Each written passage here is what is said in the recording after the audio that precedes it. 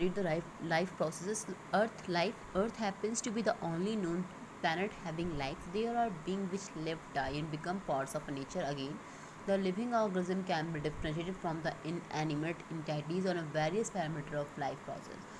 अर्थ में अर्थ में सिर्फ लाइफ है, ओनली अर्थ ही एक ऐसा प्लेनेट है जहाँ पे लाइफ देखी जा सकती है। यहाँ पे लोग जीते हैं, मरते हैं, ये सिर्फ नेचर का एक पार्ट होता है। The living organ can differentiate from the in animal entities and the various parameter of life processes. मतलब हम एनिमल्स को लिविंग ऑर्गन में कई सारे पैरामीटर में डिफ्रेंशिएट कर सकते हैं। लाइफ प्रोसेस क्या होती है? Maintenance of a living organ is essential even if they are moving, resting और even sleeping. The process which together perform the function of maintenance of a life are called a life process. Nutrition, respiration, circulation, excretion are the example of essential life process.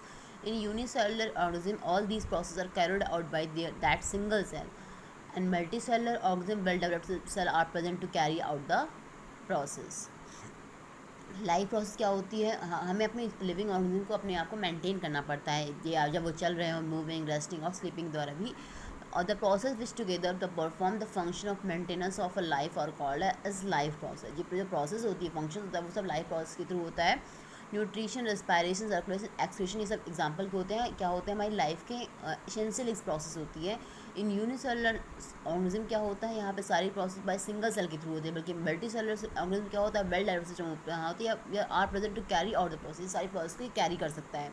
Nutrition क्या होता है? The process of acquiring food that is needed for nourishment and sustenance of the organism is called nutrition.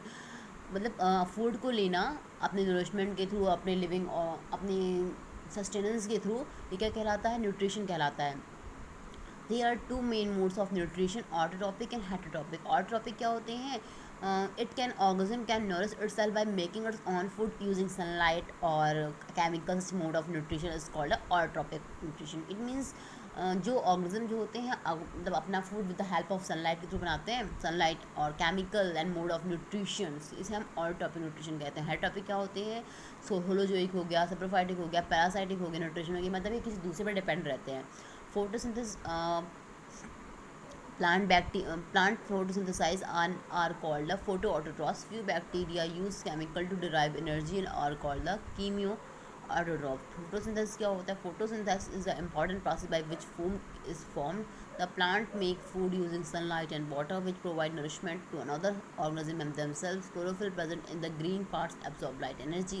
The light energy is used to split water into hydrogen and oxygen. Hydrogen is then used to reduce carbon dioxide into carbohydrates, typically glucose. Chlorophyll is essential for photosynthesis and stomata facilitates intake of carbon dioxide.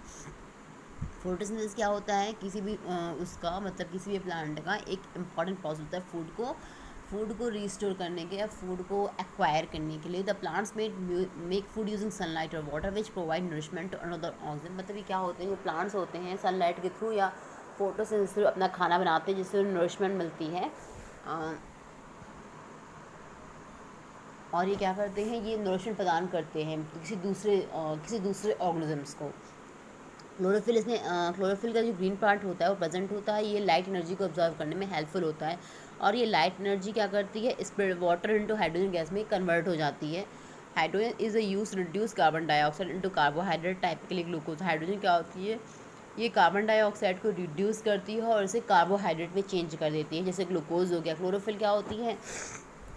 Chlorophyll is essential for photosynthesis and stomata facilitate intake of carbon dioxide. Stomata क्या होते हैं? Stomata are pores on the leaves that help in the exchange of a gas. They are mostly found on the underside of the leaf. Each stomata is guarded by the guard cell, which control the opening and closing of the pore. The water content of the guard cell is responsible for their functions. Stomata क्या होते हैं? इनके जो pores होते हैं leaves के, ये gases को एक्सचेंज करने में हेल्पफुल रहते हैं। ये ज़्यादातर लीव्स के अंडर साइड होते हैं। ये स्टोमेटा क्या करता है? गार्ड सेल को गार्ड करने का काम आता है, जो कि ओपन करने और क्लोज, उसके पोर क्या होते हैं? उसके ओपन और क्लोज करने में ये हेल्पफुल होते हैं, कंट्रोल करते हैं। जो उनका वाटर कंटेंट होता है गार्ड सेल का ये रिस्पॉन्सिबल होता है किसी भी स्टोमेटा काम करने के लिए। सैप्रोफाइटिक न्यूट्रिशन क्या होता है? सैप्रोफाइटिक न्यूट्रिशन ये होता है कि सम ऑर्गेनिज्म फीड और डेड और decaying organic material. This mode of nutrition is called a saprophytic nutrition.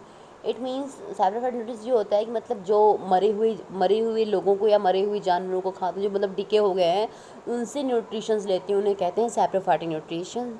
ये क्या होता है, ये the food is partially digest outside the body and then is absorb. ये फूड क्या होता है, पार्शली डाइजेस्ट होता है और ये बॉडी में एब्जॉर्ब हो जाता है, जैसे फंजाई है सैप्रोफाइट से।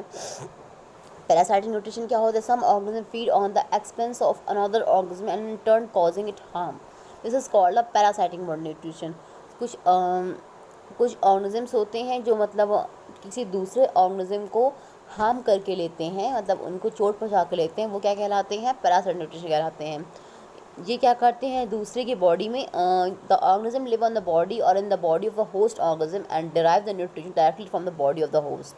ये कुल मिलाकर दूसरे की बॉडी से क्या कहते हैं, ये किसी न्यूट्रिशन को लेते हैं, जैसे लीच हो गया, leech is a ectoparasite while ascaris is a endoparasite, cuscuta is a parasitic plant.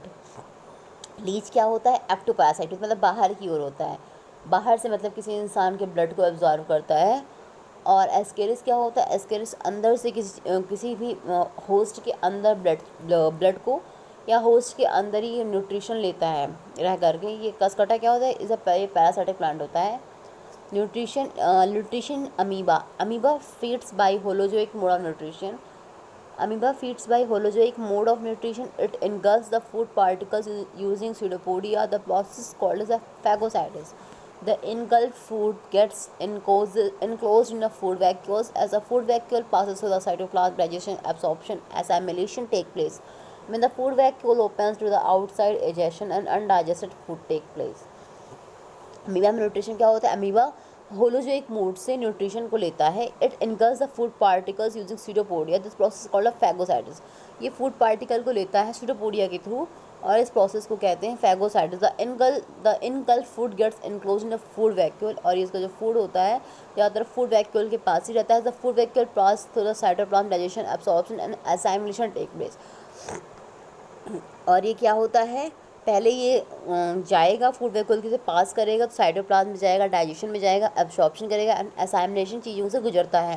When the food vacuole open the outside ejection of undigested food take place. जब फूड वैक्यूल जो मतलब undigested food होता है वो ejection के through वापस निकल जाता है फूड वैक्यूल में।